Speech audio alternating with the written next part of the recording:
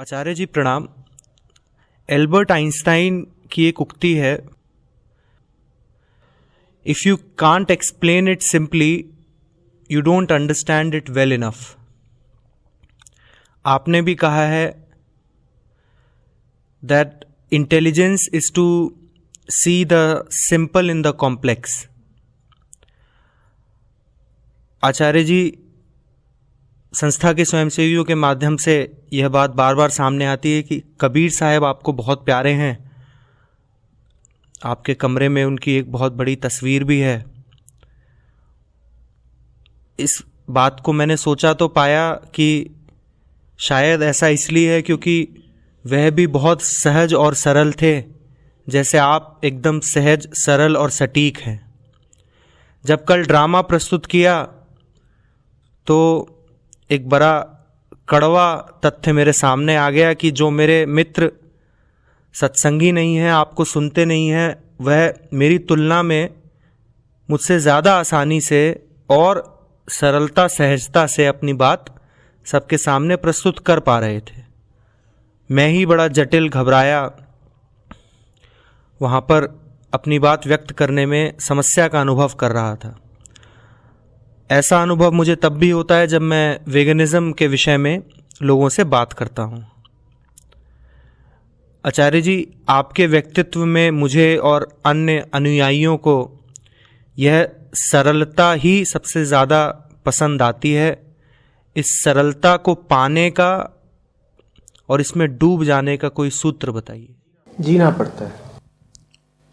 जब तक जो तुम मंच पर अभिनीत कर रहे थे उसमें और तुम्हारी जिंदगी में फर्क है।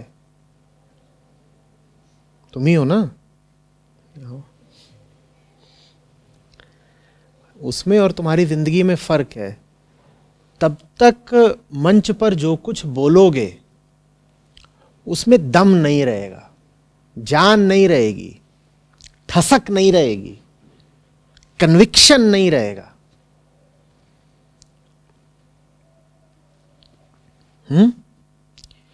अपने कॉलेजी जीवन में मैंने जब भी कोई नाटक खेला, मैं समझता हूं करीब करीब हर मौके पर नाटक का चयन भी मैंने ही करा। और चयन करने में, स्क्रिप्ट को चुनने में अच्छा समय लगाया। 1-2 दिन नहीं, हफ्तों का समय लगाया। बहुत कुछ पढ़ा और उसके बाद जो दिखाई दिया कि मेरे अंतर जगत के साथ अभी झंझनाता है, मेल खाता है, उसको ही चुना। उसके बाद जो कुछ नाटक में चल रहा होता था वो नाटकीय नहीं होता था, वो वास्तविक हो जाता था। उसके बाद जैसे मुझे पता होता था कि नाटककार ने जिन पात्रों को जो संवाद दिए हैं वो संवाद बिल्कुल किस तरह से अदा किए जाने हैं, क्योंकि वो नाटक अब है ही नहीं ना, वो जिंदगी है। वो किसी और की नहीं बात है, वो मेरी ही बात है। चाहे वो मोहन राकेश का नाटक हो, बादल सरकार का हो, आइन रैंड का हो, आयोनेस्को का हो, फिर वो मेरा हो जाता था। इसी तरीके से कबीर साहब का तुमने उल्लेख कर दिया, उनका तो उठूं बैठूं करूं परिक्रमा,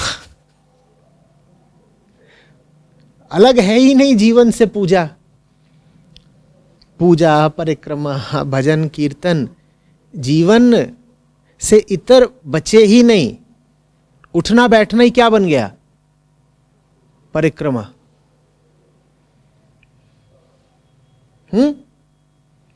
कबीरा मन निर्मल भया। अरे देवी जी की नगरी है, पूरा करिए। कबीरा मन निर्मल भया जैसे गंगा नीर। अब आगे है हमारे साहब का जलवा। पाछे पाछे हरि फिरे कहत कबीर कबीर। तो साहब को रिहर्सल थोड़ी ही करनी पड़ती थी, उनको किसी नियम कायदे ढर्रे में नहीं बंधना है, जरूरत ही नहीं है ना, क्योंकि ईमानदारी इतनी है कि वही कह रहे हैं जो जी रहे हैं। और इसीलिए उनके सत्रों का कोई समय नहीं निश्चित होता था। वहां ऐसा नहीं होता था कि रात में 9:30 10 बजे चलो सत्र शुरू होगा। वहां क्या होता था, गए हैं हाट में अपना कपड़ा बेचने, वहीं जो हाल देखे तो झट से कुछ कह दिया। कोई सुन रहा था, उसने याद कर लिया या लिख लिया। उन्होंने खुद थोड़ी कभी कोई किताब लिखी, न जाने कितना बोले होंगे जो किसी की स्मृति में अगर बसा नहीं होगा तो विलुप्त भी हो गया। फिर सांझ को दरबार लगता था और उसमें भी यही कहानी है कि बैठते थे तो भी काम करते रहते थे। क्या करते रहते थे? बुनकर थे तो कपड़ा बुनते रहते थे। अब वो बुनते जा रहे हैं, किसी ने कुछ कह दिया तो जवाब में कुछ बातें बोली, कुछ पद्य कुछ गद्य। कोई अगर शागिर्द बैठा हुआ है वहां पर तो उसने बात को लिख लिया। यह है सरलता का सूत्र, तुम्हें तैयारी करनी ही ना पड़े। तुम्हारा जीवन ही तुम्हारी सीख बन जाए। कहते हुए सोचना बिल्कुल भी ना पड़े, झट से बात मानस में उभर आए। किसी अनजाने स्रोत से सहज ही शब्द होठों पर आ जाएं, तुमको पता भी ना हो कि यह बात तुमने बोल कैसे दी। तुम कहो यह बात हमें पहले से तो पता ही नहीं थी। जैसे सुनने वालों ने यह बात पहली बार सुनी, वैसे ही हमने अभी यह बात बोली तो पहली बार सुनी। जिंदगी ऐसी होनी चाहिए। तो फिर देखते नहीं हो उनको। यही इसी कक्ष में जितनी चीजें हैं, इनमें से आधी से ज्यादा चीजों पर उनकी साखियां होंगी। ये चादर, ये टोपा, ये आंख, ये नाक, ये कान, ये पर्दा, ये चश्मा, ये प्रकाश, ये पतंगे, ये बाहर से आता शोर, ये गुरु शिष्य का रिश्ता, ये सवाल जवाब का दौर, वो सब कुछ जो यहाँ हो रहा है, वो सब कुछ जो आम आदमी की जिंदगी में होता है, अगर तुम सच्चा जीवन जी रहे हो तो यही सब बातें तुम्हारे लिए सच्चाई की प्रतिनिधि बन जाती हैं। चक्की दिखेगी तुमको, द्वैत अद्वैत याद आ जाएगा।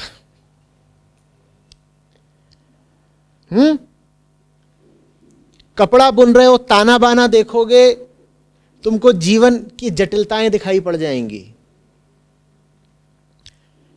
सफेद कपड़े पर तुम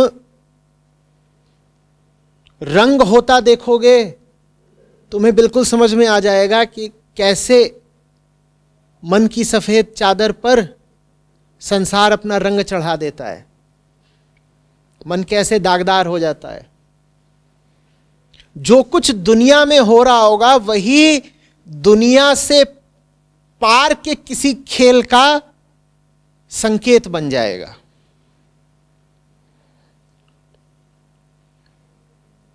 कुछ भी कर रहे हो एक ही केंद्र से कर रहे होगे।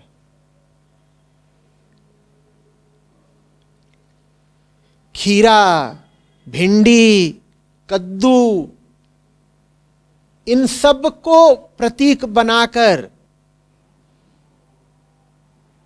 कबीर साहब ऊंची से ऊंची सीख देते रहते हैं। गाय, भैंस, बकरी, शेर, सियार, चींटी, ऊंट, जो उनके सामने पड़ता है वही जरिया बन जाता है कोई बहुत ऊंची बात बोलने का। जैसे कि ऊंचाई पर तो वो बैठे ही हुए हैं, अब उस ऊंचाई से वो जिस भी चीज का नाम लेंगे वो चीज भी ऊंचाई का ही प्रतिनिधित्व करने लगेगी। बात समझ रहे हो? और अगर तुम ये चाहोगे कि तुम जिंदगी तो एक तरह की जियो लेकिन मंच पर दूसरे किरदार बन जाओ, तो हो सकता है कि तुम कुछ अनाड़ी लोगों को जो बैठे हों दर्शक दीर्घा में धोखा दे लो, लेकिन खुद को धोखा नहीं दे पाओगे। तुम्हें पता होगा कि तुम ऊपर ऊपर से बस किरदार निभा रहे हो, अंदर ही अंदर कुछ और हो। ये बात नहीं चलती। बात समझ रहे हैं? रोशनी हो जाओ, जिस भी चीज पर पड़ो उसे रोशन कर दो। अब फर्क नहीं पड़ेगा कि कौन सी चीज के आसपास हो, या पड़ेगा फर्क? चीज मत रहो, प्रकाश हो जाओ।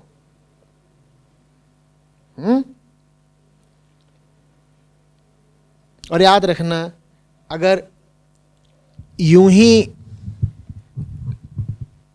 गलियों में चलते हुए या क्रिकेट फुटबॉल खेलते हुए या जलेबी समोसा खाते हुए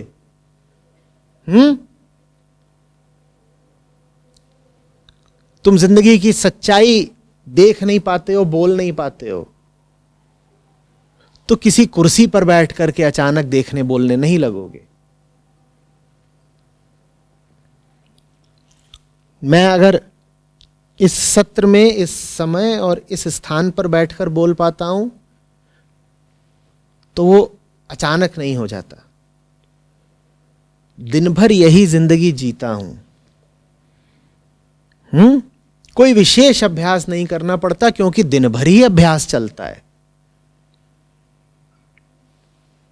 दिन भर ही जिस चीज का अभ्यास चलेगा वो चीज तो तुम्हारी रग रग में दौड़ेगी ना, फिर तुम्हारी सांस सांस में बहेगी ना, फिर सब सरल हो जाता है। फिर एक सुंदर सहज प्रवाह रहता है जीवन में, जिसमें तनाव नहीं रहता, खींचातानी नहीं रहती, निष्प्रयास काम होते हैं, एफर्टलेसली। डरते नहीं हो फिर तुम कि अगला पल जो आएगा उसका सामना कैसे करेंगे, अगली चुनौती जो आएगी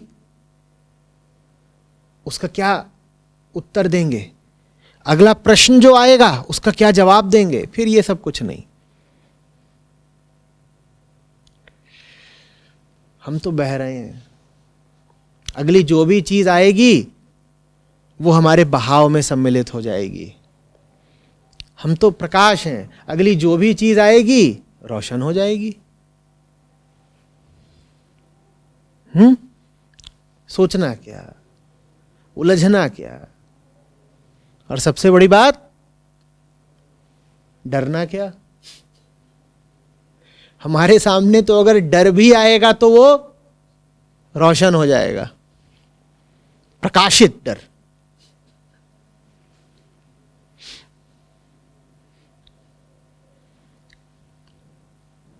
बात आ रही समझ?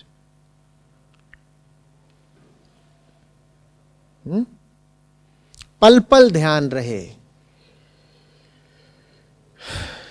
कि दुनियादारी के कामों का सीमित समय होता है, अध्यात्म का कोई समय नहीं होता। सच को किसी समय सीमा में मत बांध लेना। ये मत कर लेना कि अभी तो सत्र चल रहा है तो एक तरह का मन रखना है, एक तरह का आचरण करना है, और जरा सा आचार्य जी यहाँ से हटें तो उसके बाद फिर हमारी दूसरी दुनिया, दूसरे ढर्रे, दूसरी तरकीबें, करतूतें सब शुरू। वो सब नहीं। इसीलिए मैं सबसे ज्यादा हतोत्साहित करता हूं उन लोगों को जो जिंदगी को विभाजित रखते हैं।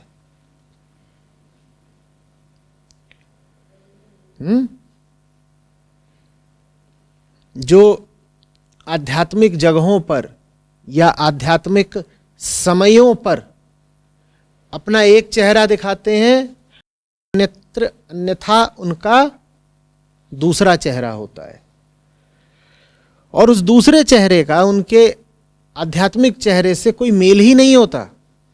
वो यहाँ एक आदमी होते हैं और यहाँ से निकल करके अपने दुकान में, बाजार में, दफ्तर में, घर में बिल्कुल दूसरे आदमी होते हैं।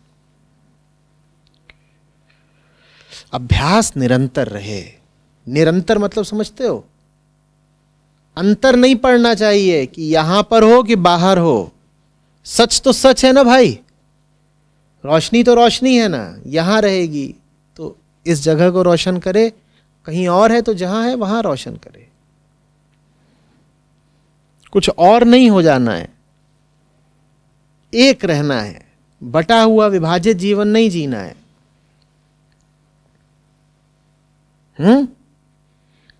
कई मुखौटे नहीं लगाने हैं। इससे मेरा यह नहीं मतलब है कि अगर यहां पर पालथी मारकर बैठे हो तो गाड़ी में भी पालथी मार के बैठना, या कि पीछे वो शिक्षक महोदय हैं कि यहां बिल्कुल चुपचाप बैठे हो तो कक्षा में भी पढ़ाने जाना तो कहना पूरा पीरियड चुप ही रहेंगे। आचार्य जी ने बोला था कोई अंतर नहीं पड़ना चाहिए, जैसे सत्र में हो वैसे ही हर जगह रहना। ये नहीं कह रहा हूं, मैं कह रहा हूं प्रकाश की भांति रहो। जहां भी रहो, जो भी हालत रहे, जो भी सामने रहे, जो भी समय रहे, जो भी स्थान रहे, केंद्र एक रहे, प्रथम एक रहे, वरीयता एक की रहे। क्या हकीकत क्या है? ये सब जो चल रहा है इसकी सच्चाई क्या है? बह मत जाओ, पूछो अपने आप से ये हो क्या रहा है भाई, चल क्या रहा है, what really is going on. ये पूछना बहुत जरूरी है। हम नहीं पूछते।